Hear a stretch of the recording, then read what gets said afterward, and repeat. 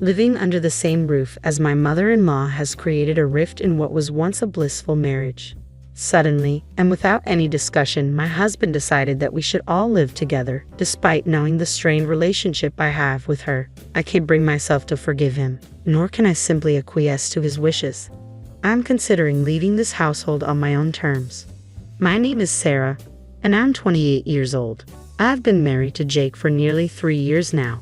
We first met at a social gathering, dated for 2 years, and then tied the knot. We immediately connected due to our shared hobbies, and soon after, we found ourselves married. However, there's one persistent issue. My husband consistently prioritizes his mother over me. Raised in a single-parent home after his parents' divorce, he's deeply influenced by his mother's opinions, viewing them as infallible. Just recently, as we were preparing to leave for an outing, my husband unexpectedly interrupted our plans. "Sorry, Sarah. Mom just messaged me. She wants to go shopping. Come along with us." "Wait, what? We were supposed to go buy new dishes today." "Sorry, Mom really insisted," he pleaded. "I don't care. We've had this planned for a week," I protested. "But you can pick out dishes by yourself, can't you? Mom can't shop without me." "Even so, isn't it strange to put your mom first like this?" "Sorry again. Can you stop fussing? Just go by yourself, Sarah," he said, hurrying out the door. What the heck was that? We had plans first, and he prioritizes his mom today? I can't believe it. In the end, I went out alone, feeling completely deflated. As I wandered through the stores by myself, a text from my mother-in-law flashed on my phone. It was a photo of a tempting cake with a message, "Jake treated me." I couldn't help but let out an exasperated sigh.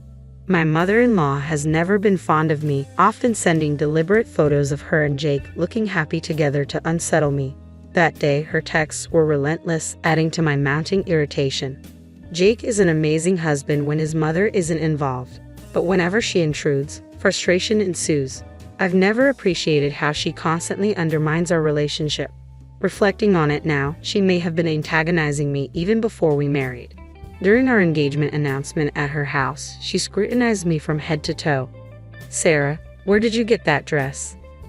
Just something I found at a department store sale," I replied tentatively. "Sorry, but it looks rather shabby. It doesn't suit my son at all," she retorted sharply. "Excuse me," I stammered, taken aback by her directness. Ignoring my surprise, she continued her critique without hesitation. "Also, your manners are lacking. You didn't even say thank you when I served you tea." "Oh, I apologize. I was so nervous I forgot," I replied, feeling flustered. Jake didn't intervene to stop his mother's sarcastic remarks. Instead, he chuckled and said, "Mom, you're tough." I knew he treasured his mother deeply, having grown up in a single-parent household, but in that moment, I wished he would have defended me at least a little from her relentless criticism. Looking back, I should have reconsidered the marriage then. Those doubts began to consume my thoughts daily. Then one day, during a break at work, I noticed several missed calls from Jake on my phone. I called him back immediately, and after a few rings, he picked up. "Jake, is that you?" I answered the call. "Sarah, something awful has happened," Jake replied urgently. "What? What happened?" I asked, alarmed. "Mom collapsed," he said tersely. "What? Your mom collapsed?" I exclaimed, shocked by the news. "Yes, I need you to leave work and come to her house right away," Jake insisted. "What? Hold on," I started, trying to process the sudden request. But before I could get any more details, Jake abruptly hung up. "Hold on. Why go home? If she collapsed, shouldn't she be in a hospital?" I muttered anxiously to myself. Nevertheless, I rushed straight to my mother-in-law's house. Upon arrival, I found my mother-in-law peacefully snoring in the living room. "You're late. Why didn't you come earlier?" Jake scolded me, his brows furrowed, speaking in a hushed tone. Feeling a bit taken aback, I replied, "Jake, there are train schedules." I came as quickly as I could after hearing she collapsed. "Ha! Aren't you worried about my mother? She just managed to fall asleep." "Well, what do you want me to say?" Jake responded dismissively. Growing increasingly frustrated with Jake's lack of concern, I asked him, "Hey, is it okay to leave your mother at home? Shouldn't we take her to the hospital?" "She's fine. I gave her a pain relief patch," Jake replied calmly.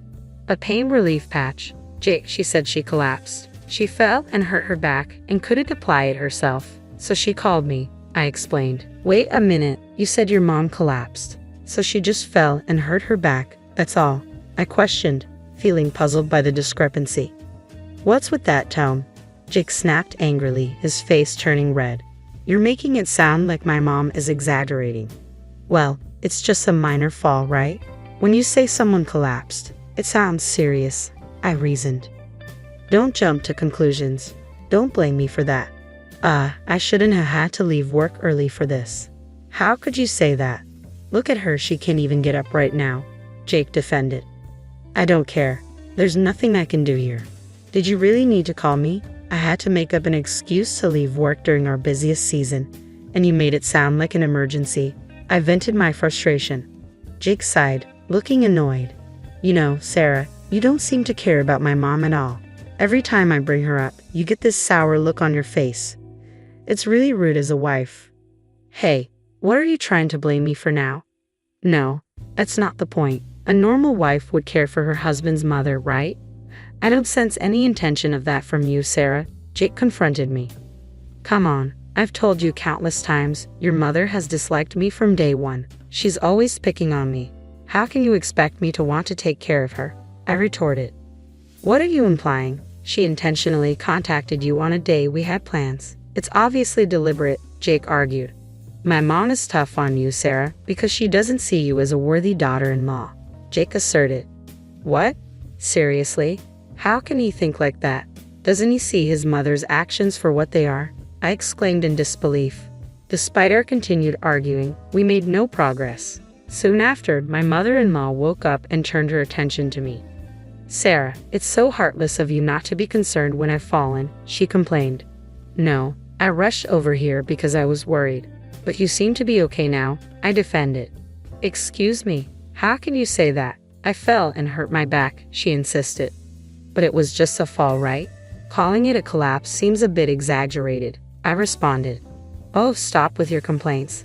This is why I can't stand sarcastic women. I should never have approved of you marrying Jake, she snapped. Her words stung more with anger than sadness. I wanted to leave as soon as possible, so I swiftly exited my in-laws' house. Later, checking my phone, I found a text from Jake. I'm worried about Mom, so I'm going to stay here for a while. Instead of worrying about me, he's still fussing over his mother at a time like this, I muttered, feeling thoroughly disgusted. I didn't bother replying and simply went to bed. He didn't return home for quite some time after that. A week later, just as I was enjoying some rare solitude, Jake's call interrupted my peace. Could this be an apology call? I hadn't reached out to him at all, and perhaps Jake had finally realized his mistakes. I wondered hopefully. With those thoughts in mind, I answered the phone, only to be greeted unexpectedly by Jake's voice. Hey Sarah, is that you? It's been a while. What's up? Jake's voice came through the phone. Well, I've been talking to Mom and thought I should fill you in, he said. Huh? Talked about what? I replied, puzzled. Mom is going to move in with us at our place, Jake announced. What? I exclaimed, caught completely off guard. My mind raced, trying to process the sudden news and control my emotions. I managed to find my voice. Wait, living together? You mean she's moving in? Yeah, after her fall, we're worried something else might happen, so we thought it would be best if she moved in with us, Jake explained. Wait a second, you're joking, right? I can't live with her, I protested. What do you mean you can't? Don't you care about Mom? Jake asked, sounding confused. It's not about that. How many times do I have to explain? I know I'll be mistreated if she lives with us, Jake. You understand that, don't you? Are you bringing this up again? Anyway, it's decided. I've already sent her things over, and they'll be there by tomorrow. Can you take care of it? Jake interrupted. What? Wait, that's not. I started to protest. Well, make sure to handle it, Jake cut me off, ending the call abruptly. My frustration towards Jake boiled over. He had gone ahead with this plan without consulting me. This couldn't be a joke. Why was I being excluded from this decision? There was no way I could agree to live with her. With determination, I decided to leave this house. I immediately began packing my belongings, driven by a need to escape Jake's selfishness and my mother-in-law's intrusion. At this point, leaving seemed like the only option left to me. The next day, the intercom buzzed, announcing the arrival of a large shipment of my mother-in-law's belongings. Just as the delivery settled in, Jake's call came through. "Hello, Sarah. Is that you?" "I'm a bit busy right now," I replied tersely. "Are you still upset about yesterday?" Jake asked cautiously. "I'm not upset, or rather, I don't care anymore," I responded coldly. "Good, that's a relief then," Jake sighed. Struggling to contain my irritation towards my inconsiderate husband, he continued, "By the way, the shipment I sent yesterday has already arrived.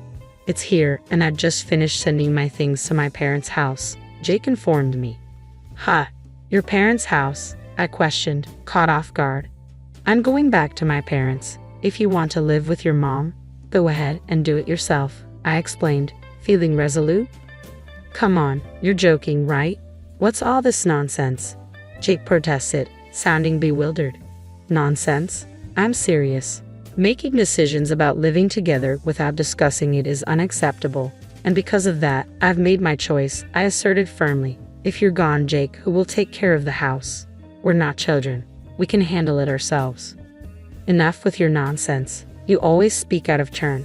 Mom is upset too, you know," Jake retorted defensively. "Let her be upset if she wants. I stand by my decision," I replied firmly, unwavering in my resolve. My husband's response was more explosive than I had anticipated. "Don't play games. You're my wife. Act like it. Just shut up and listen to what I'm telling you, you idiot," he shouted angrily. "Idiot? Are you talking to me? Who else would you be talking to?" I shot back, incredulous. "Whatever. Go back to your parents' house until you can think straight, okay?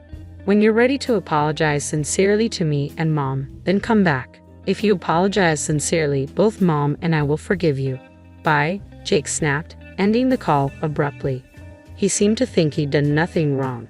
In his world, he and his mom were still the top priority. Fed up with his attitude, I packed my suitcase and returned to my parents' house. A few hours later, the phone rang again, this time for my husband. "What? I'm busy right now," I responded curtly. "What the hell is going on?" Jake's voice trembled with frustration. Suppressing any hint of satisfaction, I asked calmly, "What happened? Did something go wrong?" "When I got home, everything was gone, your belongings, even the stove," Jake explained. "I expected as much," I replied coolly. "You expected? Weren't you just planning to stay at your parents' for a few days?" Jake questioned, sounding confused. "Do you really think that was my intention?" "I'm sorry, but I have no intention of returning to that house," I stated firmly. "What? Don't do this to me. What am I supposed to tell Mom? I told her you would take care of everything," Jake exclaimed, sounding desperate. "Not my problem. Why don't you tell your mother the truth?" "I messed up, I upset my wife, and now she's left me," I retorted sharply. "How could I say that? Just come back now. Don't make decisions on your own," Jake pleaded. "Don't act on my own. You were the one who decided your mom would move in without consulting your wife. Don't try to shift the blame now," I countered firmly. "Oh," Jake faltered over the phone. As I unleashed my pent-up frustration at Jake, who had always belittled and mocked me along with his mother, I realized forgiveness was beyond reach. It was time to address all the grievances I had harbored. "Jake, what do you take me for? I'm not your servant or your mother's plaything. Not everything you do is acceptable," I exclaimed. Hey, Sarah, please calm down," Jake responded, trying to diffuse the tension. "Shut up. You've never truly listened to me. I can't just go along with whatever you say anymore. I refuse to take care of you or your mother. I'd rather be single than live like that," I declared firmly. "Don't say that. I don't want a divorce," Jake pleaded. "I couldn't care less about what you want. I'm tired of being pushed around by you both. Figure it out yourselves. I'm done. Don't ever interfere in my life again. You and your mother can go to hell together, you two-faced duo," I snapped angrily. "Wait, Sarah," Jake called out desperately. Ignoring Jake's calls, I hung up the phone in a fit of rage. I went straight to the lawyer's office and filed for divorce. It took some time, but eventually the divorce was finalized. After I left, it seemed Jake reluctantly began living with his mother alone. Without someone to handle the household chores, they started arguing, straining their once close relationship. As for me, after the divorce, I decided to move out of the family home. I rented an apartment close to my workplace and focused even more on my career. This dedication paid off, as I was soon offered a promotion and a corresponding salary increase. I now find deep satisfaction in my work. I'm truly relieved to have cut ties with that mother and son duo. From now on, I am determined to live life on my own terms for myself.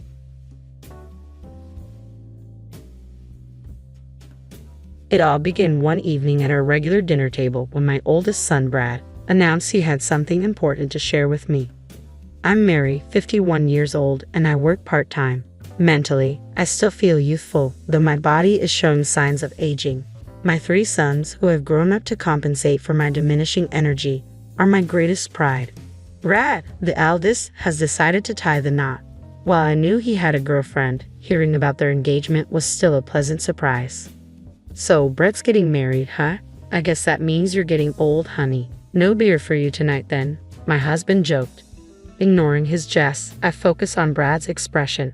With our other sons away at college, Brad, now working, was the only one still living at home. His maturity had flourished in his years of employment, and now, with marriage on the horizon, he seemed more steadfast and reliable than ever. After my husband tearfully apologized to me, saying, "I'm sorry you're forever young and beautiful," I allowed him just 1 beer, according to my son. They were already discussing wedding venues and ring options, though the actual date was undecided. Brad wanted to bring his fiancée over to meet us first, which felt like a significant step. Marriage is a big milestone, I mused. I want them to have a wonderful ceremony. Though the stars of the day would be my son and his future wife, I couldn't help but feel a flutter of excitement. Perhaps I'd even treat myself to a new dress, reminiscing on my own bridal days as my husband continued to praise how radiant I looked in white. The weekend arrived, and Brad's fiancée, Alice, greeted us casually.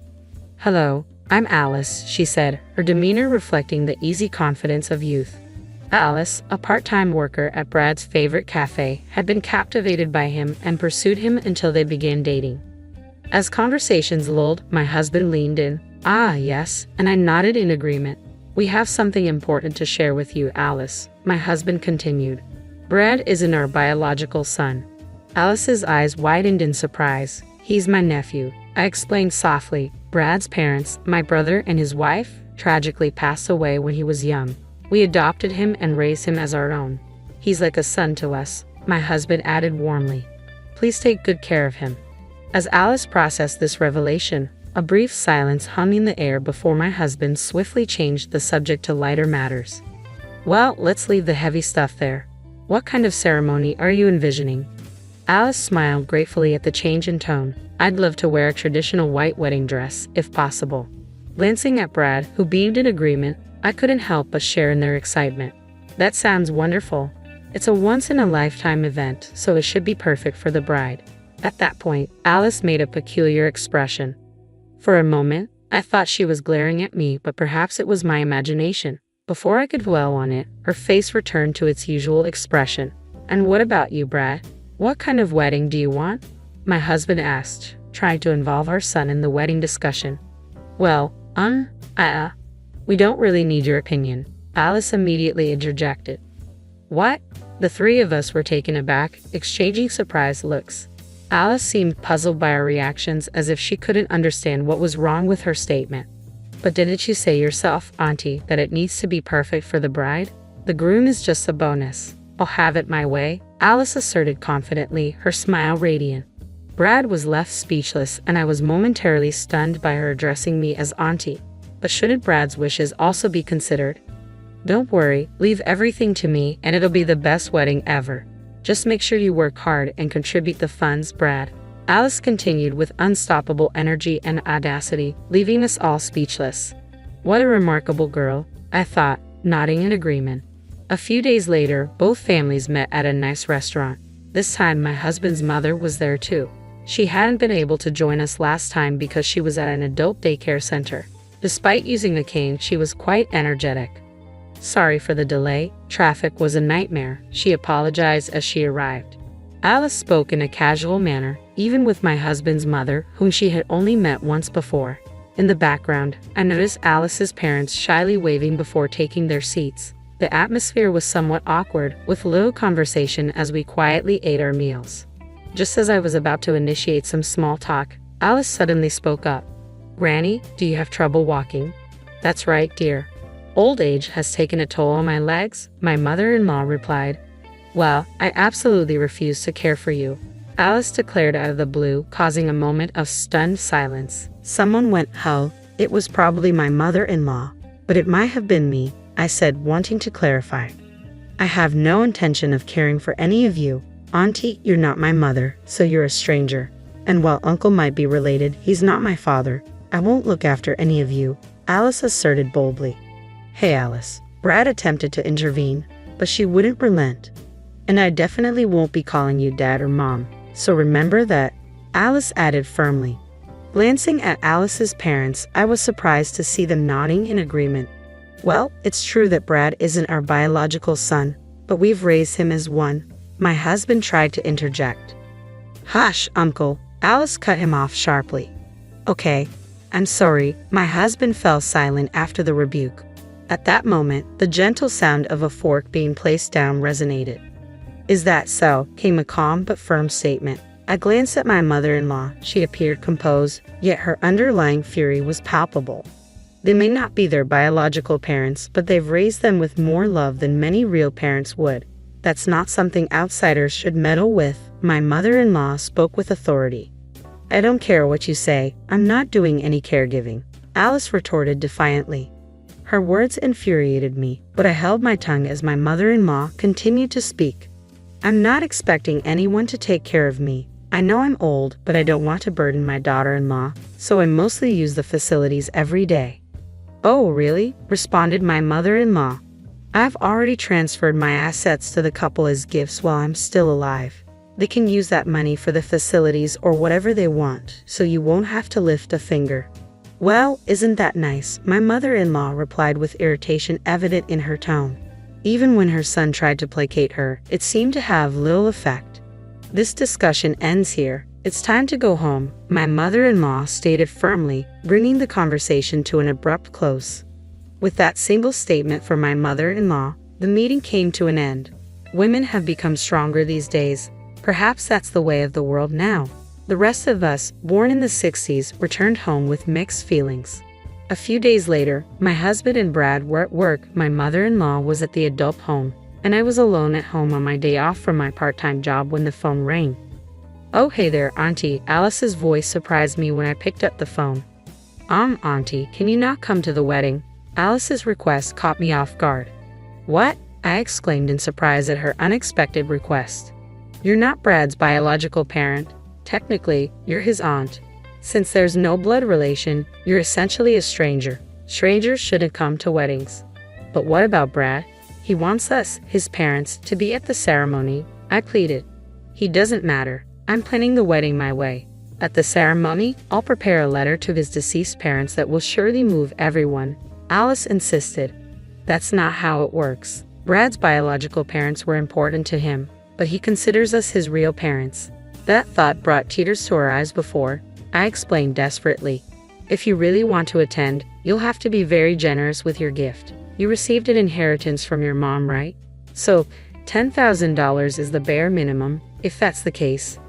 I might let you sit in the far corner of the relative seats." "How could you say such a thing? If you don't like it, fine. Don't come to the wedding." "Oh, but you still have to give a gift. Wire transfer or registered mail is fine. Bye," Alice declared curtly before hanging up. The phone call felt like a whirlwind, leaving me unsettled. That night, Brad was working late due to overtime, and my husband was out for drinks. It was just my mother-in-law and me at home, contemplating the situation in silence. "Looks like Alice doesn't like me," I remarked with concern. "That's a problem," sighed my mother-in-law. "Let's make her like us then," I suggested plainly. "Simple and clear. If she dislikes us, we'll make ourselves likable," my mother-in-law agreed. And so, we stayed up late into the night, plotting various strategies. The sight of us grinning with satisfaction and saying, "Perfect, let's do this," left my husband dumbfounded when he returned home, but that's another story. The next day at lunch, when I called Alice and told her we had something for her, she came over promptly. "Here to collect some cash," I joked as she arrived. Shaking my head at her assumption, I pulled out something. "What's this?" Alice asked, puzzled. "It's a cupcake I made," my mother-in-law chimed in with a smile. I heard you don't have grandparents. Try some of this. It's a super traditional one. I don't want it, Alice protested. Don't be shy. Here you go, my mother-in-law insisted, pushing the treat towards her. Alice resisted, but my mother-in-law's assertiveness prevailed as she managed to get the cupcake into Alice's mouth. Well, that's gross. Why is this so salty? Alice exclaimed, quickly washing it down with the iced tea we had served. Salty? That's odd. It shouldn't be, I remarked, taking a bite myself and grimacing. We had entrusted everything to my mother-in-law, including the preparation and cleanup. But who could have predicted such a basic mistake? The cupcake plan had failed, but we remained undeterred. That's all right, let's move on to the next one, I said with determination. I have a gift for you. Wedding money? A gift card? Nope. Alice eyed the slightly larger paper bag I handed her, disappointment creasing her forehead as she inspected it. What's this? It's a dress. I hope you like it. It's gross. This isn't my taste at all. I would rather have money. Money? Alice bluntly stated her preference, making me reconsider giving it to her.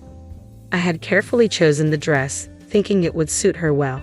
Not having a daughter, I wasn't entirely familiar with current fashion trends for young women. Despite consulting with the store clerk, it seemed my efforts had fallen short. A real letdown. Another plan had failed, and instead of bringing us closer, it seemed to worsen things. That's enough. I don't want anything else. Just give me the cash, Alice demanded. A cash gift truly captures the spirit of celebration. Don't you want to celebrate your son? Of course. I do. Then I'll give it to my son. The wife should manage the husband's money. That's only natural. Just hurry up and hand it over, old woman. As Alice spoke, her true nature emerged, leaving me feeling saddened. Who are you calling an old woman? I'm still spry. Just by seeing spry, actually you're a granny, Alice continued brazenly. While I wondered how to respond, we were suddenly interrupted by a familiar voice saying, I'm home. Brad, wait, what happened at work? Alice panicked, clearly worried about being overheard. We went bankrupt, Brad replied listlessly. Bankrupt? The company's gone under. Alice's misunderstanding echoed through the room, followed by stunned silence. It wasn't just Alice who was surprised. My mother-in-law and I were both taken aback. Alice grabbed my son's shoulders and started shaking him. What does bankrupt mean? Jobless, penniless. What are we going to do about the wedding? I'm sorry, it'll have to wait, Brad replied, his voice devoid of energy. Releasing her grip from my son, Alice cried out, then how am I supposed to pay the damages? It wasn't just Alice's words that shocked us. My mother-in-law and I were stunned. My son being jobless was one thing, but I couldn't keep up with everything that was happening. Damages? Ah, never mind. Just give me the gift money quickly, Alice said, no longer caring if my son was present, holding out her hand to me. Alice, could you give us an explanation? My mother-in-law interjected. Shut up. Just give me the money, Alice snapped. It's you who needs to shut up, young lady. Explain yourself. My mother-in-law's tone suddenly turned harsh, catching Alice off guard. Under the watchful gaze of my mother-in-law and me, Alice began to speak in a weak voice. Apparently, Alice had been having an affair with her boss at her part-time job. Moreover, the man was married, and his wife found out, demanding damages. Alice had no money to pay, so she devised a plan to marry my son. She calculated that if they married, she would receive a hefty sum in gift money and planned to have my son pay for all the wedding costs while she kept the gift money for herself. My mother-in-law and I were speechless. We were angry that she had used my son, but we were also astounded by how she didn't think she had done anything wrong throughout the entire conversation. I've already settled things with my boss. Once I pay the damages, it'll be over. That's why I'm going through with the marriage. Give me the gift money. It's fortunate the truth came out before the wedding, but I didn't know what to say to her. As I pondered, I heard a low, muffled voice. Don't make decisions on your own. Looking up, I saw my son Brad glaring at Alice, his face filled with anger. Brad was usually so calm. He had never raised his voice at her before. Alice appeared startled. So what if it's over? You're not even trying to pay the damages yourself. You were planning to use our marriage for your own gain. You haven't shown any remorse. Do you really love me? Of course I love you. That's why I want to get married. Then pay the damages yourself. Show some sincerity. But, Alice tried to hold onto my son, but he coldly pushed her away. Either way, we can't get married until I find a new job. Can you wait until then?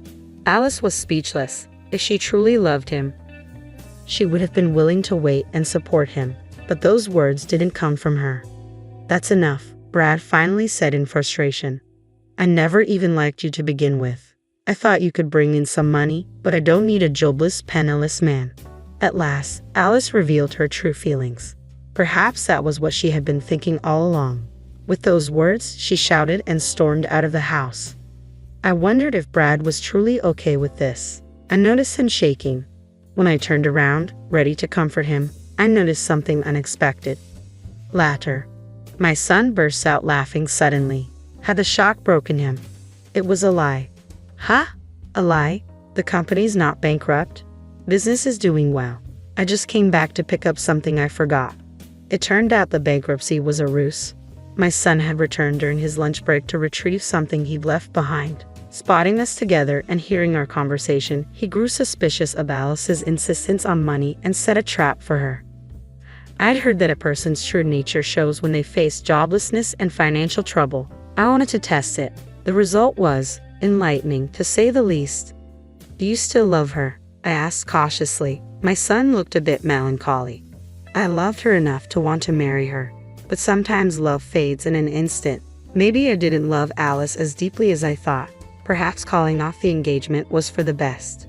I exchanged a knowing glance with my mother-in-law, and we both found ourselves laughing at the situation. As for what happened next, we later learned that the cafe where Alice worked part-time had closed down. Apparently, the manager, who was Alice's affair partner, had to sell the cafe due to a messy divorce and hefty alimony payments. This information came from another regular customer at the cafe.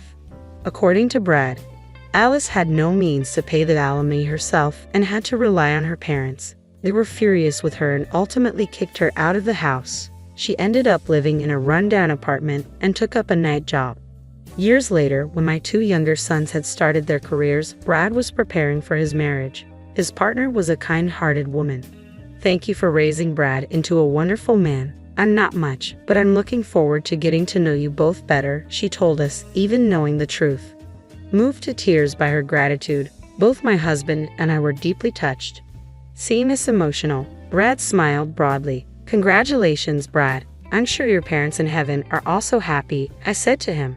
Yes, but I'm happiest when my parents here with me are happy, Brad replied softly.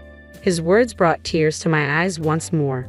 Oh dear, here come the tears again. You're crying too much. You've aged and gotten so tearful, my husband teased. I turned to him and declared, well, no beer for you tonight then.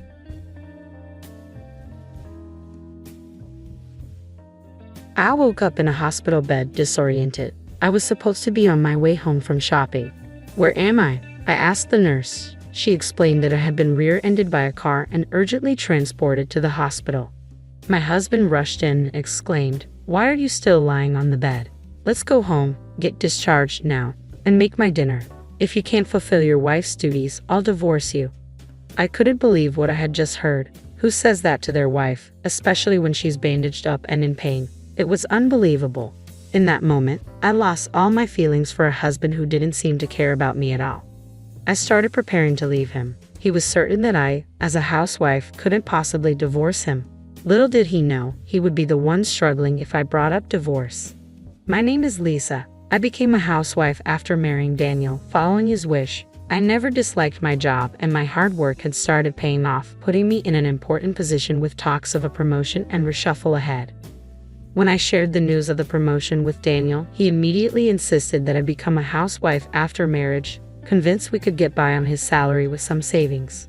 Overwhelmed by his passion, I quit my job. My coworkers and bosses were disappointed, but it was important for me to align with Daniel as a couple.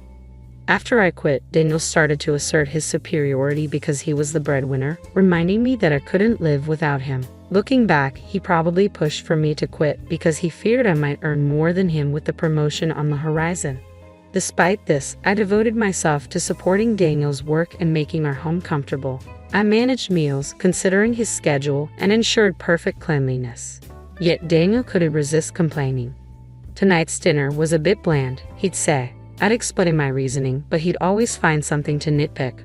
Over time, he started coming home later, reeking of women's perfume. When I asked about his late nights and health, he'd brush me off, irritated. I have a lot going on at work, he'd snap. What exactly are you doing during the day? I felt compelled to justify my every move, detailing my chores and activities. His mistrust grew, and he began demanding a daily schedule of my whereabouts. Hey, what are you going to do today? He'd inquire with a suspicious tone. I plan to do the laundry and cleaning in the morning, then go grocery shopping in the afternoon. When are you going to be back from shopping? Daniel asked. I can't say for sure, maybe around 4 o'clock, I replied. Okay, got it. Don't be later than 4. I'm going to call home to check on you, he said. Why would you do that? To make sure you're not slacking off on your housework, Daniel replied, starting to manage my schedule down to the hour. That day, my shopping took longer than expected, and I rushed home on my bicycle. It was already past 4 o'clock. I need to hurry back home or Daniel will get mad at me again, I thought to myself, feeding up. In my hurry, I didn't notice the car approaching from behind. The next moment, I felt an impact on my back. Before I knew it, I found myself lying in a hospital bed, trying to sit up, feeling pain throughout my body. A nurse, noticing my consciousness, hastily called for a doctor. Oh, you're awake? You were hit by a car from behind, the doctor explained. According to him, I was rear-ended while riding my bike, fainted unconscious from the impact, and an ambulance brought me to the hospital. Fortunately, there was no bleeding or head injury, just full body bruises. Though I was in pain, there were no fractures or lasting damage, and I was told I could be discharged in a few weeks. Relieved, I checked my phone and saw a slew of missed calls from Daniel. I need to call Daniel. He must be worried sick, I muttered to myself. The nurse quickly intervened, saying, I've already notified your husband. Unfortunately, he couldn't pick up the call, so I left a message on his voicemail. I might have made him worry. She explained, your wife was in a car accident and has been urgently transported to our hospital. The nurse had left that message in her voicemail, prompting me to call my husband. Hey Daniel, it's me, Lisa. What the hell are you doing? Why aren't you coming home? I asked urgently. I did listen to the voicemail. You're awake now, right? So you can come home, can't you? Daniel replied impatiently. I can't come home. I was in a car accident. I'll be staying in the hospital for a few weeks, I explained, hoping he would understand the severity. If you're being hospitalized, what? Daniel's voice trailed off, and it seemed he had assumed my injuries weren't serious. I'm coming right now, he abruptly said, and hung up. An hour later, Daniel burst into my hospital room. Lisa, he exclaimed. I felt relieved to see him, but his next words left me frozen. How long are you going to lie there? Let's go home, he demanded. What? Go home? What on earth are you saying? I couldn't hide my confusion as I responded. I can't go home. I was in a car accident today, I reminded him. Just because it was an accident doesn't mean you're knocking on death's door. You're fine. Discharge yourself immediately and make my dinner, he insisted, his tone growing more impatient. Can't you see these bandages? How do you expect me to cook in this state? I protested. You're overreacting with this hospital stay. I bet if I hadn't come to fetch you, you'd just be lazily lying on the bed. Here I am, worn out from work, and you won't even cook dinner. That's unacceptable as a wife, Daniel retorted sharply. Look, the hospital says I need to stay for a few weeks. It's not about being lazy, it's about getting necessary treatment, I insisted. Use any excuse you want, but if you think I'll let you off the hook for housework, you're wrong. If this isn't working for you, I'm okay with getting a divorce, Daniel retorted. That's ridiculous. I can't possibly do housework in this state, I argued. Well then, divorce it is, he said coldly. Daniel seemed to care more about having his housework done than the fact that I had been in a car accident. I felt myself falling out of love with him quickly. Having discovered his true feelings, I made up my mind on the spot. All right, I said. Hearing this, Daniel smirked, seemingly victorious. That's right, you should understand that my word is law. Seeing me still not trying to move, Daniel started to lose his patience. Hey, how long are you going to keep lying around? Start getting ready to leave. Just as Daniel tried to forcibly get me up, the doctor entered the room. What on earth do you think you're doing?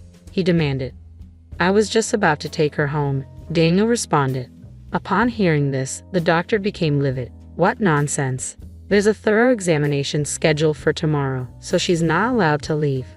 Hearing this, Daniel scoffed at me. If there's an examination and I'll wait 2 or 3 days, I'll stay at my parents' house in the meantime, so make sure you're home by then. As Daniel left the room, I watched him go with a cold gaze. Then I called my lawyer. I didn't have a single shred of affection left for him. Hello, I would like to proceed with that matter, I said, calling my lawyer from the hospital bed. I continued making a few more phone calls, steadily preparing for what was to come. 3 days later, Daniel called my cell. Lisa, why the hell aren't you home yet? He demanded. Are you back home from your parents' house? I asked. Yeah, I am, he grumbled. The examination's over, isn't it? Then stop lounging around and get back to the chores that have piled up. Daniel didn't even bother to ask me about the medical test results. He didn't seem to care about my health one bit. Daniel, you've been staying at your parents' place all this time, right? I asked calmly. I told you already, didn't I? So what? Did you happen to check the mail sent to your parents' house? I inquired. Mail? What on earth did you send? He asked, sounding confused. Divorce papers, I said. In fact, I had a lawyer send the divorce papers, already signed by me, to Daniel's parents' house. The divorce papers? He repeated, surprised. Why are you surprised? You were the one who said, let's get a divorce, weren't you? I reminded him. Daniel sighed, as if mocking me. I never thought you were that stupid. Do you think you can live on your own after divorcing me? Who provides for you? My decision was definitely the right one. I can't start doing house chores right after the accident. I need to take better care of my health. That's why I decided to divorce you, I stated firmly. You think you can make a living after divorcing me? You rushed into this decision. Daniel laughed loudly and then hung up the phone. But Daniel had no idea what was coming next. The following day, his parents rushed to the hospital in a panic. We saw what our son has done. It's terrible, they said as they entered my hospital room, bowing their heads in apology. No, it's not your fault, I replied calmly. You're right, the person who needs to apologize is Daniel himself, my father-in-law said. He immediately called Daniel. Come to the hospital immediately, he ordered. Daniel, not understanding what was going on but hearing the seriousness in his father's voice, arrived in my room within minutes. Dad, what's going on? Why'd you call me here? Daniel complained, only to be berated by his father on the spot. Don't be stupid, you caused a mess. Apologize to Lisa right now. What? What are you talking about? Daniel asked, bewildered. My father-in-law held out the envelope I had sent to their house. This letter, which was delivered to our house, he said. Hearing this, Daniel began to laugh with an air of confidence. Oh, the divorce papers. Lisa went and took my threats seriously and sent me the papers. She wouldn't be able to live without me, yet she's acting so foolishly. The problem is this document here, my father-in-law said, taking out a bill for consolation money from the envelope. Upon seeing it, Daniel's face turned pale. Consolation money? Lisa was the one who sent me the divorce papers. Why should I? Daniel stammered. I'd be the one to pay consolation money. She abandoned her duties as a wife, checks herself into a hospital, and I'm the one who owes consolation money. Daniel protested. Enough with all this, my father-in-law said, his voice filled with suppressed anger. He pulled out photographs and a report from the envelope. These are the evidence of your cheating, and here's the investigator's report. Looking at these, there's no doubt you're in the wrong. I can't believe what you've done. Seeing the photos and the report, Daniel turned pale. Lisa, when did you manage to get all this? I had started to suspect Daniel's cheating when he began coming home late, claiming it was for work. He would return each night smelling of women's perfume. At first, I thought he was just drinking at places frequented by women, but when I discreetly checked his credit card statements, I discovered he was dining at trendy restaurants and buying popular brands loved by young women. It was obvious he was spending money on dates with another woman. His behavior became more blatant over time. He started increasing the frequency of his affairs, finding opportunities during his outdoor work hours and even on weekdays. The detailed checks on my daytime activities were his way of avoiding running into me during his meetings with her. Still, I held on to the hope that he would return to me someday. However, Daniel trampled all over these feelings, showing no concern for me after the accident and treating me like a maid. At that moment, I decided to exact my revenge on him. As soon as Daniel left the hospital room, I took action. I contacted my lawyer and asked him to send the signed divorce papers and the bill for consolation money, which I had prepared in advance, to Daniel's parents' house. Knowing him, he was probably spending time with his mistress instead of going home to his family. My guess was spot on. Unlike my husband, my in-laws are upright people who would never approve of their son's cheating. Sure enough, upon receiving my letter, my father-in-law and his wife were quick to rush to my hospital room. Having learned everything, Daniel stood there in a daze. "So, Lisa, you knew about my cheating all along?" "Yes, of course," I replied, looking at him with icy eyes. "You come home smelling like women's perfume, and you lavish your mistress with your credit card. It's so obvious it would be strange if I didn't notice. Plus, all your phone notifications were visible to me, so I knew exactly when and where you were meeting your mistress. Thanks to that, it was easy to gather evidence." "I'm sorry. I was just tempted. I wasn't serious about the divorce. I thought you would come back home right away," Daniel stammered. "Even if you weren't serious, I am. I don't want to continue a marriage with a husband who doesn't even worry when his wife has an accident and tries to make her do household chores. You were having fun with your mistress while I was hospitalized, weren't you?" I accused. "Hold on, calm down. You're a housewife, right? You wouldn't be able to make a living if you left me. Don't be stubborn. Just let the past be water under the bridge," Daniel pleaded. "Excuse me, there's no way I can just let it slide. I became a housewife because you wanted me to. If I get divorced, I'll start working right away. I won't rely on you anymore," I asserted. "Start working right away? How long do you think it's been since you quit your job? Your previous company has definitely found your replacement by now," he scoffed. "Do you think I've just been doing housework all these years? I've been continuously studying business in my spare time," I revealed confidently. "I've got a few ideas lined up, so I could probably propose several projects now," I said confidently. "It's not that easy. The economy is down everywhere. Even I, who's been working the whole time, can't get a promotion easily," Daniel retorted. "Isn't that because you're incompetent at work? A person who dates their mistress during outdoor work hours has bigger problems than just capability," I shot back. "What? What would you know?" he snapped. "I think I know more than you do. In fact, when I approached my former company, they said they wanted me back under the same conditions as before," I revealed. "The same conditions? You'd be earning more than me," he said, shocked. "Yes, indeed. It was all for nothing, even though you were the one who encouraged me to become a housewife and quit my job. If you didn't want to be overtaken by your wife's salary, maybe you should have tried harder instead of pulling me down," I retorted. "Hold on. If that's the case, you don't need the consolation money, right? Please withdraw your claim," he pleaded. "Excuse me, there's no way I'm withdrawing it.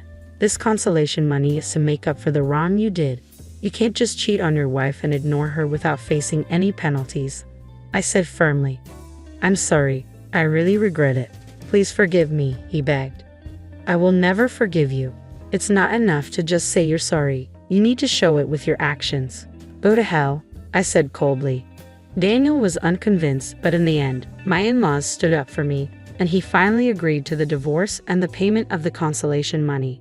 After paying the money, Daniel seemed to continue his relationship with his mistress without learning his lesson. However, it seems his company found out about his frequent dating during outdoor work hours, and he ended up getting demoted and having his salary cut. To top it all off, Daniel, who had almost run out of savings due to the consolation money payment, was promptly dumped by his girlfriend. News about the cause of his divorce and his demotion spread throughout the company, and I heard that he completely lost his place there.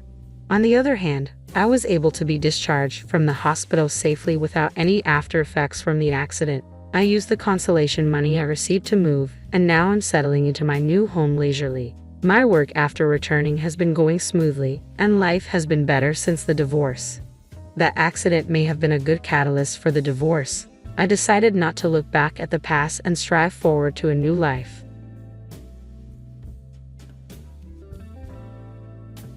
"Where's the ATM card? Let me handle it," Donald said to me as I battled cancer and endured a hospital stay. His triumphant smirk hinted at sinister intentions now that he possessed the ATM card. "Just so you know, there's $500,000 in there. Handle it well," I informed him, trusting him not just as my husband but also as a part of my carefully laid plan. I disclosed the ATM card's location, aware of the risks but determined to turn the tables. When I returned home, hoping to retrieve some belongings, I found a divorce application on the table, confirming my suspicions. The ATM card was gone, the operation successful. To anyone else, it might have seemed like a hopeless situation, but for me, it was just the beginning of my revenge. I'm Emily, a housewife in my 40s. Initially, Donald and I had a problem-free marriage, but it all soared due to Donald's true nature. A deception that started 2 months into our marriage. He masqueraded as a kind, caring husband but revealed a belief that a wife must always prioritize her husband, underpinning his terrible personality. Donald constantly subjected me to harsh words, believing a wife should be subordinate. "You should always listen to what your husband says," was his mantra. Failure to fulfill his whims would prompt cruel remarks like, "Aren't you capable of listening to your husband? You're a failure as a wife." His demands extended to household chores, insisting on washing his clothes separately and having his room cleaned first, no matter how unreasonable. Even meals were subject to his unpredictable moods. "A wife's job is to serve what her husband wants to eat," he'd say, rejecting even his favorite dishes if they didn't suit his fancy. It was unreasonable, yes. I am Donald's wife, but that doesn't make me omniscient or capable of reading his mind. If he didn't want to eat something because he wasn't in the mood, he could have simply told me beforehand what he wanted. But Donald never did that, making it increasingly difficult to cater to his whims. I was honestly fed up with his childlike tantrums. It became unbearable. Yet I knew I couldn't ignore his demands completely because each mistake I made worsened the atmosphere at home and further deteriorated our relationship. Living under such forced conditions was taking its toll. While doing household chores, I lost consciousness, collapsing with a loud noise that alerted a concerned neighbor. They contacted the building manager, who found me and called an ambulance. Taken to the hospital and regaining consciousness, I was immediately admitted for tests. My wishful thinking, hoping they wouldn't find anything wrong, was shattered when I was diagnosed with cancer. Whether it was caused by stress or not, I experienced severe dizziness that left me unable to stand. A nurse had to support me as I sat down suddenly. The doctor advised me to contact family members. I tried reaching out to my parents' home, but my mother had passed away a few years ago, and my father needed care, living with my brother and his wife 3 hours away by plane. It was impossible for them to come quickly. I called Donald, but only reached his voicemail. Leaving a message, I realized he had turned off notifications for messages from me, likely meaning he wouldn't notice it promptly. I could have gone to retrieve my belongings myself, but the doctor advised against it, so I reluctantly gave up on that idea. Hours later, Donald finally contacted me with a brief message. "I'll come to the hospital tomorrow. Wait for me." His message lacked any concern for my condition, leaving me uncertain if he would even bring my necessities. His indifference felt like a heavy burden. Earlier, I had explicitly asked Donald to bring my belongings that day. I urgently needed a change of clothes and toiletries left at home. Despite my repeated messages, there was no response.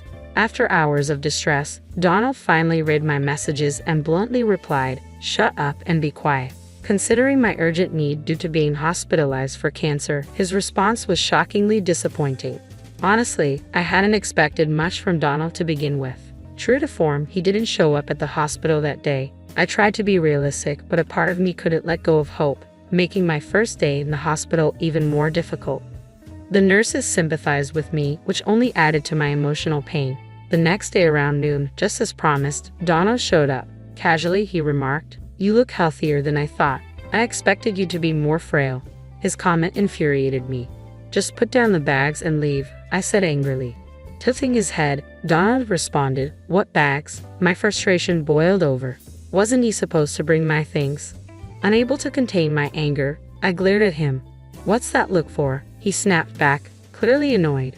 His unreasonable behavior pushed me to my limit, but I tried to stay calm. "Then why are you here if you didn't bring my things? There's no point." "I had another errand," Donald replied in a confused tone to my angry question. "Another errand? What is it?" I pressed impatiently, exhausted from anxiety and sleep deprivation. Donald hesitated, as if debating whether to say something. "If you have something to say it now," I urged him. Finally, with a laugh, Donald revealed his true intention. "Where's the ATM card? Let me manage it. Trust me." His request suddenly made sense. He had come to take control of the ATM card, aiming to seize our savings for his own use. His self-centeredness, even in this situation, left me sighing deeply. Yet Donald appeared unfazed, smiling as if nothing else mattered. Unable to tolerate his behavior any longer, I decided to act. "There's $500,000. Please take care of it," I told him firmly. Donald's reaction was a mix of surprise and delight. To provide context, both Donald and I had been ordinary office workers before marriage, never earning a fortune. So where did this wealth come from? The answer: stocks. I had started investing after becoming the housewife following a friend's suggestion. While managing household responsibilities, I recently made a significant profit in the stock market. Initially intending to keep this $500,000 secret, fearing Donald's selfish actions if he knew about it, my desire for revenge drove me to reveal its existence. Donald's reaction to the unexpectedly large amount confirmed my suspicions. Smiling gently at him, I said, "The ATM card is in the third drawer of the shelf. You'll manage it, right?" Donald seemed dumbstruck, but quickly regained his composure. "Understood," he replied energetically. It appeared he had fallen perfectly into the trap. "I'll leave the rest to you," I said as he briskly left the room. Unaware of the obvious trap, Donald seemed convinced everything was going according to his plan. However, withdrawing such a large sum wouldn't be easy. Fortunately, it was a holiday, and the bank's counters were closed. Donald, occupied with work the next day, wouldn't likely withdraw the money until the evening, giving me enough time to execute my revenge plan after discussing it with my doctor. I was granted permission to leave the hospital briefly, and tomorrow my revenge would unfold. Unable to wait until then, I decided to return home to retrieve my belongings. This was merely a pretext. My real goal lay elsewhere. Despite missing home dearly even for just a day, I knew Donald would be at work, leaving the house empty. Upon entering, I spotted 2 papers on the living room table, a divorce application and a hastily written letter. "Sorry for the rush, but let's get divorced. Please write and submit the divorce application," the letter read. With caution, I checked the shelf and confirmed my suspicion. The ATM card was gone. Donald had taken it. Ordinarily, one might feel dismayed at such a significant sum being stolen, but I couldn't help but smile. "Operation successful" slipped out of my lips. If Donald had been present, he would have been furious, wondering what I meant. First, I filled out the divorce application. Then, I gathered the essentials needed for my hospital stay and left the house we had shared for so many years. Of course, I submitted the divorce application on my way out, severing all ties with him. Back at the hospital, I prepared for the challenges ahead, discussing various matters with my doctor. Later, while relaxing in my hospital room, I noticed several missed calls on my phone, all from Donald. He had also sent messages asking how to withdraw the money or something similar. Not wanting to disturb my roommate, I moved to the common area where phone calls were allowed and returned Emily's call. "Finally, I can't withdraw the money. Please tell me how to do it." Donald's voice sounded more frantic than I had imagined. Clearly, he needed the $500,000 immediately for some urgent reason, but I felt no obligation to help him. "If you can't withdraw it, just give up," I replied coldly, my distress evident in my tone. "Don't be so harsh. We were husband and wife after all. Maybe we should help each other out," Donald pleaded. "What nonsense about being husband and wife about helping each other," I retorted sharply. Donald's actions betrayed nothing noble. He was driven purely by greed. There was no way I would entertain Donald's appeal to sentiment. "Are you having trouble withdrawing the money?" I asked, trying to maintain some semblance of detachment. "Yes, I urgently need the $500,000. Please help me." Donald's voice trembled with desperation. It was the weakest I had ever heard him. The thought of Donald being so cornered almost made me laugh, but I decided to confront him with the harsh reality. "The method is correct, but the ATM card you have now won't work anymore," I stated bluntly. Donald's voice rose in disbelief. "What do you mean? Normally, an ATM card should work." "It's true, an ATM card should work, but the one you have is now useless," I informed him firmly. "Why?" "Because I filed a theft report earlier today. That ATM card is just a piece of paper now, useless to you," I declared calmly. Silence followed on Donald's end, likely shock settling in. Earlier that day, I had stopped by the bank and reported the card stolen. Donald had taken my ATM card without permission, intending to claim the $500,000 I had earned for himself. His actions were clear theft, and filing a report was the right course of action. The ATM card he had could no longer access the funds. Moreover, our marriage was over, removing any claim he might have had as a spouse. How does it feel to be tricked by the woman you looked down upon? I couldn't help but add with a hint of satisfaction. I don't know what you wanted the $500,000 for, but I'm not foolish enough to hand over such an amount under these circumstances, I continued firmly, exhausted by his pleas. I need the $500,000 right now. Please, I'll do anything. Just give me the money, Donald pleaded desperately. His urgency was palpable, but I couldn't fathom why he suddenly needed such a large sum. Why do you suddenly need $500,000? What have you done? I asked, the ominous silence hanging heavy as I awaited his response. Donald began to explain. 2 days ago, upon learning about the $500,000, he impulsively quit his job, expecting a windfall. He spent a large portion on gambling, accumulating a debt of $300,000. Now, lenders were demanding repayment within a week, or his future was uncertain. Donald believed he could resolve everything with the ATM card linked to the $500,000. He continued living lavishly, assuming the funds were his.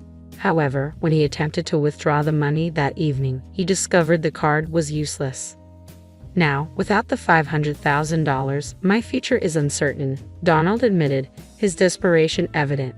He had abandoned the divorce papers and shamelessly contacted me for help. I don't know what will happen if this continues. Donald's voice trembled with panic, and it seemed there was no falsehood in his story. His reckless actions elicited a deep sigh from me. Donald had done the unthinkable. Seduced by the allure of a large sum of money, he had recklessly spent $300,000 in just a few days. The old me, who had once tolerated his terrible behavior and modestly lived with Donald, might have extended a helping hand. But now I was a different person.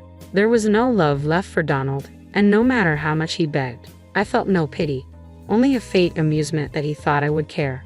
Still, Donald hadn't given up. Please help me, you're the only one I have left, he pleaded desperately. His appeals grated on my nerves. I wanted to rid myself of this nuisance and focus on my treatment. This was a situation of Donald's own making. If he had shown concern for me as a husband and brought my things on the day I asked, I might have considered sharing some of the $500,000 with him, but he had chosen otherwise. I'm sorry, but I have no intention of giving you the $500,000 or helping you. It's your own responsibility, I replied firmly, my tone unyielding and harsh. After all this time of not behaving like a husband, it's cowardly to ask for help now just because we're technically still married. Don't be so cruel. We were married, after all. Our long relationship doesn't just disappear with a divorce paper. Donald tried to appeal to her past. What relationship? I retorted sharply. You've only leaned on me. You're making excuses to manipulate the situation in your favor. I refuse to waste another minute on him. I will not give you the $500,000, no matter what you say. Donald's desperation escalated. Please, Emily, I'm begging you. You're the only one I can turn to. If you abandon me, I don't know what will happen to me. Donald's tone implied blame directed at me for his predicament. But it was Donald's reckless spending that had brought him to this point. If only he hadn't splurged so carelessly, he wouldn't be facing such a dire future. If he hadn't cut me off thinking he had access to money, none of this would have happened. Stop making excuses. You're facing the consequences of your own actions. Handle it yourself, I told him firmly before ending the call. Ignoring several subsequent calls from Donald, I blocked his contact to ensure no further communication. With the divorce papers filed and submitted, Donald and I were officially strangers. Embracing my newfound freedom, I focused on battling cancer, which after a long struggle, I finally overcame. Upon discharge from the hospital, I learned from a friend that Donald's whereabouts had become unknown. Desperate after losing contact with me, he had tried to borrow money from his in-laws and friends. However, his urgent request for $300,000 raised suspicions, and no one lent him a penny. Donald's fate remained a mystery to me, but it was clear he was enduring more suffering than he could have imagined. A sense of deep satisfaction washed over me. Post-cancer, I moved out of the house I had shared with Donald, found a new home, and began working from home, relishing my independence. Thankfully, my finances were secure. occasionally asked by friends if I would find new love. Memories of my tumultuous life with Donald discouraged any thoughts of remarriage. I preferred the freedom of living alone.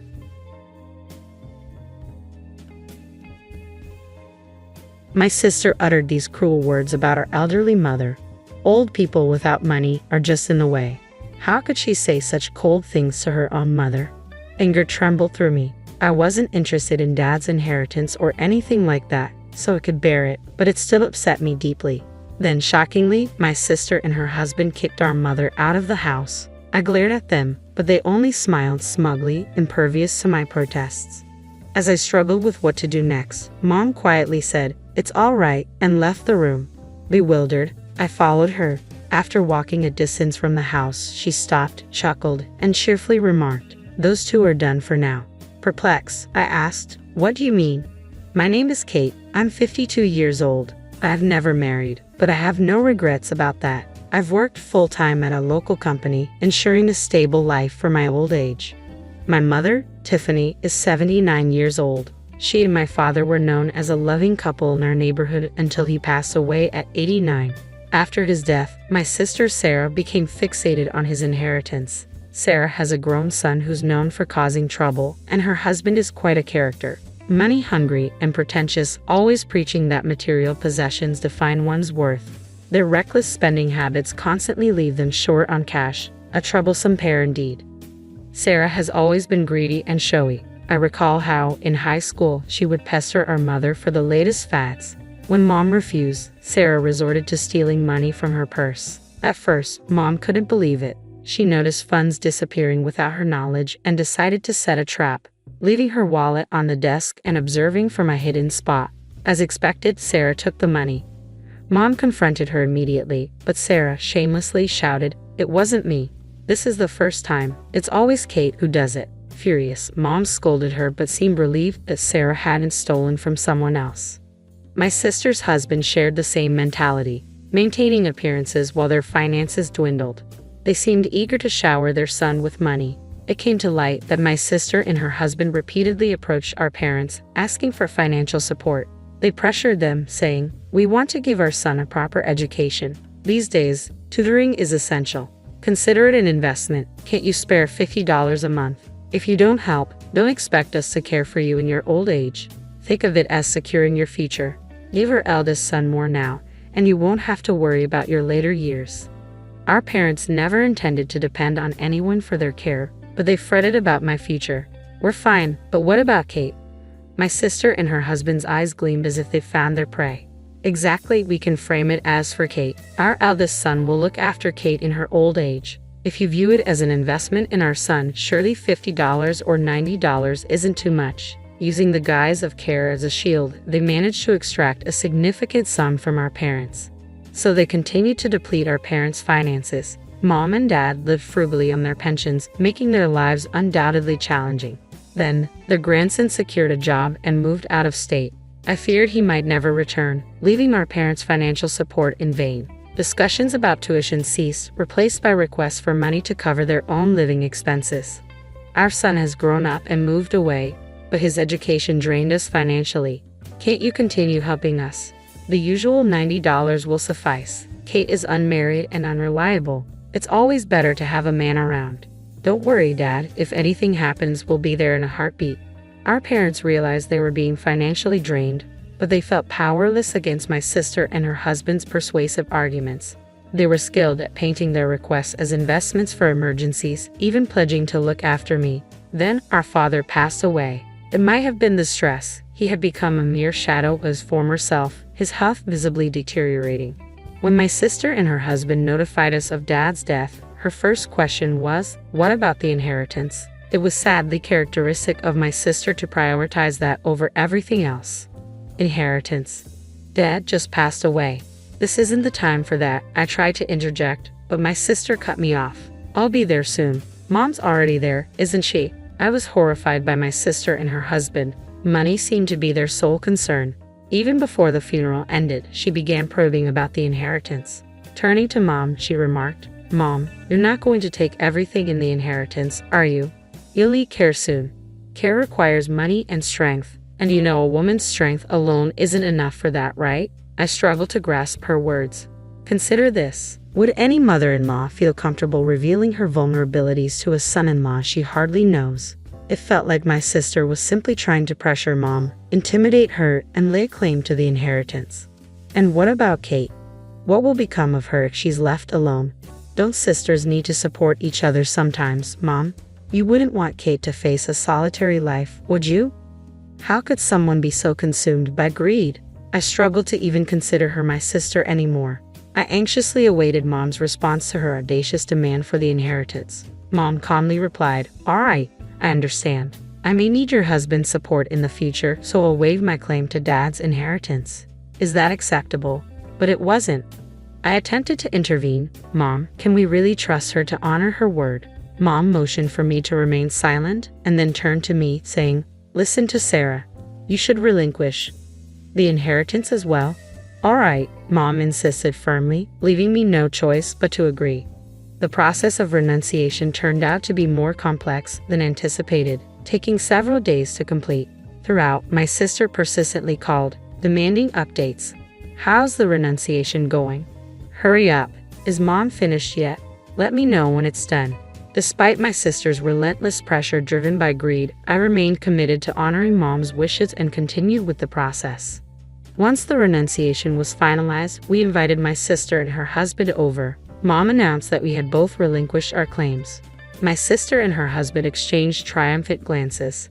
Gazing at her elderly mother, my sister remarked with a cold smirk, "Old people without money are just a burden." I was stunned, struggling to grasp her words. "What? What did you say?" I demanded, hoping I had misheard. My sister chuckled callously. "I said old people without money are just a burden. You're useless now, Mom. Get it? This house belongs to us now. It's mine, and there's someone here who isn't welcome to stay." How could anyone say such cruel things to their own mother? It's unbelievable, right? Mom's continued presence in our house now seemed odd to my sister. "If you want to stay, you'll need to pay rent and cover living expenses. Is that acceptable?" Of course, it wasn't acceptable. This house held deep sentimental value for Mom, and she couldn't simply leave at their command. Yet after announcing the renunciation of the inheritance, they were already trying to evict the rightful occupants. It was unforgivable, even though we had signed away everything. Mom trembled as she replied, "It's all right. I'll leave. Everything in this house belongs to you now.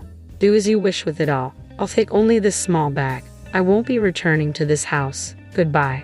My sister and her husband smirked maliciously. Fuming with anger, I accompanied Mom as she left. I felt somewhat bewildered as we departed. Even as we walked away, my sister and her husband made no attempt to follow. When we had put enough distance between us and the house, Mom suddenly stopped and burst into triumphant laughter. Why was she laughing? Had she lost her mind? It wasn't surprising, considering she had been manipulated by her own daughter and had now lost her home. Then Mom uttered, "Those two are done for now," with an almost cheerful tone. Confused, I could only manage to ask, "What do you mean?"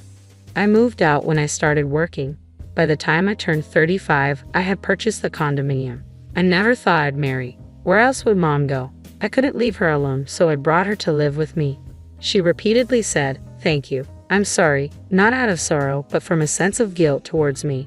I knew she must have been deeply hurt. I resolved to live happily with her from then on." Once settled in the condo, Mom began to open up. I wonder why sisters can turn out so differently. I always knew she was greedy, but to this extent. How much money will ever satisfy her? I've contributed approximately $110,000 each year for 15 years towards her son's education.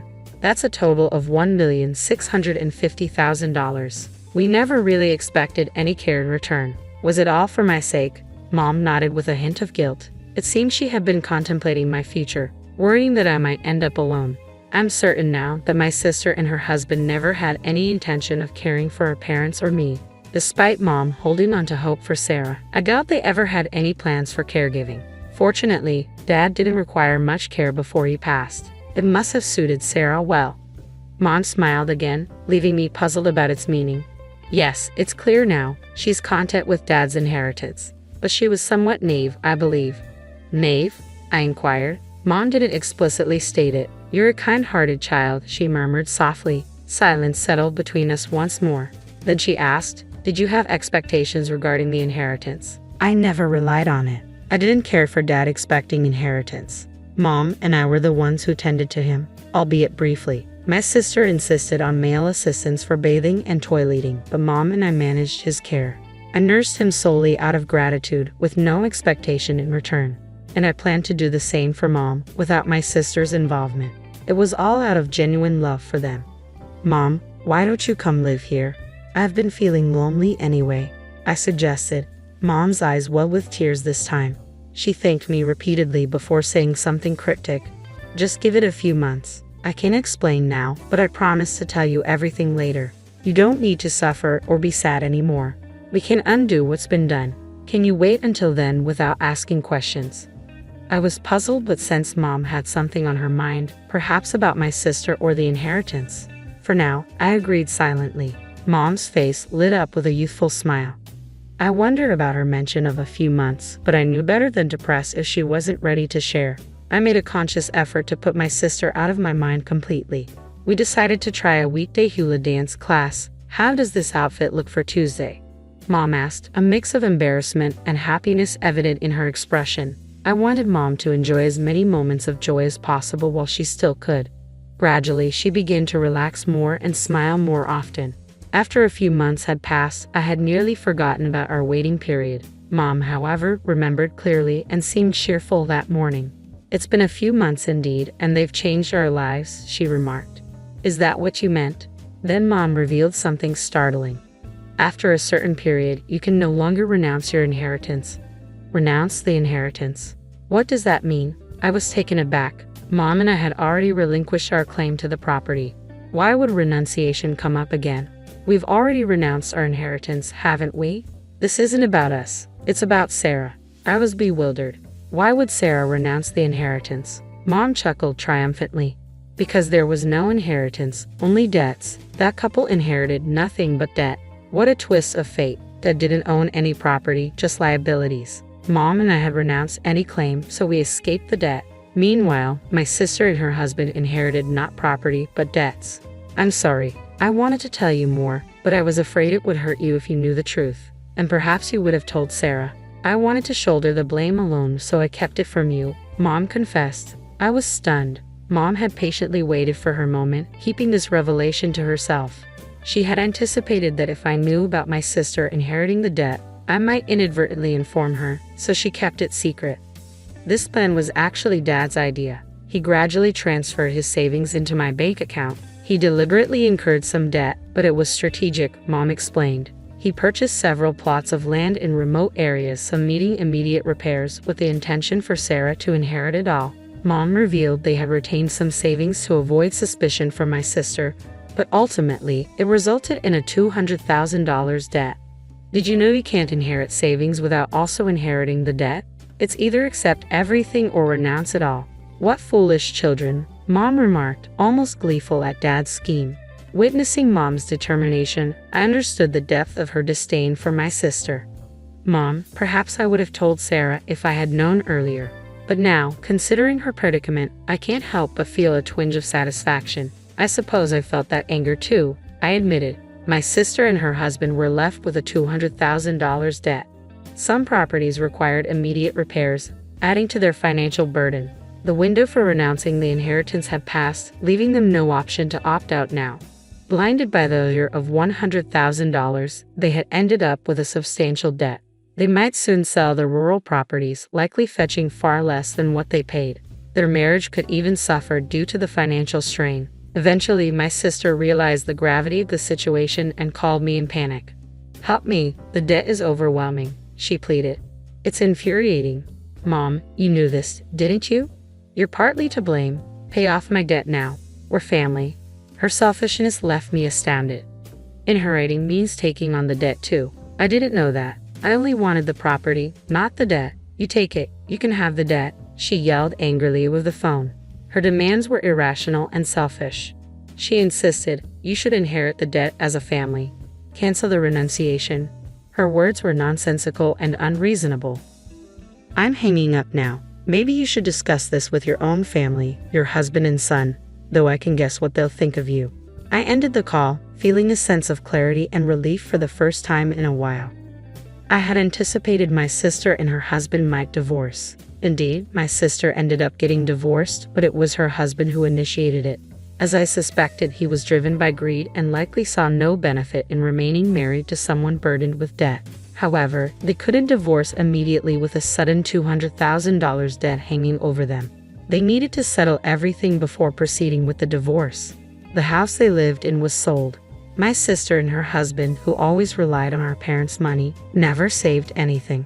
Banking on Dad's inheritance, they probably won't be able to clear the debt. What lies ahead for my sister is the daunting task of working diligently to pay it off. She insists she won't divorce, though it seems less about love for her husband and more about not wanting him to escape the debt and leave her alone. It's exactly the kind of mindset my sister would have. It's almost pitiful. Meanwhile, I continue to reside in the condo with Mom. It turns out Mom had transferred money into her own bank account and isn't facing financial struggles. She gives me around $70 each month for expenses. I've tried to decline it numerous times, but Mom insists, vowing to continue until I accept. Reluctantly, I've started accepting the $70. Despite receiving this money, I'm not spending it recklessly. You never know when Mom or I might need it, so I'm saving diligently. The hula dancing we started as a mother-daughter activity turned out to be surprisingly enjoyable. Most importantly, seeing Mom laugh and relish herself makes me realize that life isn't so bad after all.